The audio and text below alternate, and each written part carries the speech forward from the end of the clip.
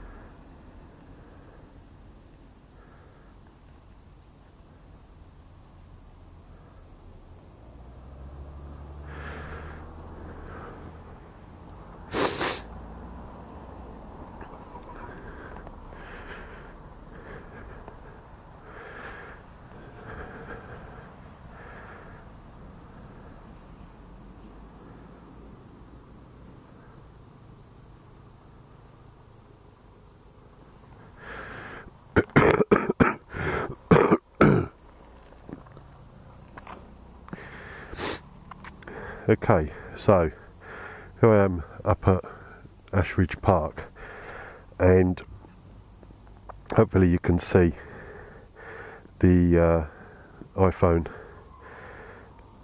screen in the camera. So with the depth of field, what you do is you slide it across onto what's called portrait mode, and then it will actually tell you when you're actually in the right vicinity. Now it does say the object has to be within 2.5 meters, but it does actually tell you that when as you're doing it. So what happened is then it'll come up once it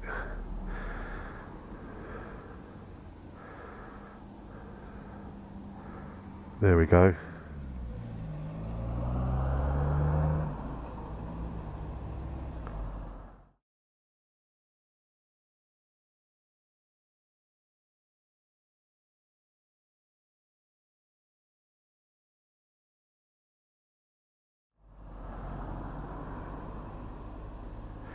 There you go, it brings up the little yellow with the depth of field. Now the thing I do like about it is, one, it will then obviously save it to your photos, but it'll give you the depth of field option and the non-depth of field option, which is I think quite good.